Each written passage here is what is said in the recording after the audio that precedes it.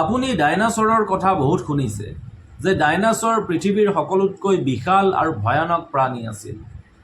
কিন্তু ডাইনাছৰৰ কোনটো প্ৰজাতি আটাইতকৈ বিশাল আছিল আপুনি জানেনে? যাৰ ভৰিৰ খোজত পৃথিৱী কঁপি উঠিছিল।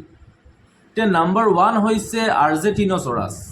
ডাইনাছৰৰ এই প্ৰজাতিটো 120 ফুটৰ পৰা 130 ফুট লম্বা হয়, অৰ্থাৎ 35ৰ পৰা 40 মিটাৰ লম্বা।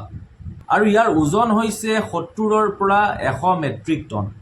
কিমান ওজন বা কিমান ভয়ানক আছিল আপুনি ভাবক। এতিয়ালৈকে পৃথিৱীৰ সকলোতকৈ বিশাল প্ৰাণীৰ ভিতৰত এই আৰ্জেণ্টিন'চৰাছ নামৰ প্ৰাণীটোকেই ধৰা হয়। ইয়াৰ ওজনৰ অনুমান আপুনি ইয়াৰ পৰাই লগাব পাৰিব যে 26টা হাতীৰ সমান ইয়াৰ ওজন আছে। নম্বৰ 2 হৈছে পেটাগোটিটান। ডাইনাছৰৰ এই পেটাগোটিটান নামৰ প্ৰজাতিটো প্ৰায় 122 ফুট অৰ্থাৎ 37 মিটাৰ লম্বা হয় আৰু ইয়াৰ ওজন হৈছে 50ৰ পৰা 70 টন। নম্বৰ 3 হৈছে চেছম'চৰাছ। এই চেছম'চৰাছ নামৰ ডাইনাছৰৰ প্ৰজাতিটোকো বিশাল ডাইনাছৰৰ প্ৰজাতি হিচাপে ধৰা হয়।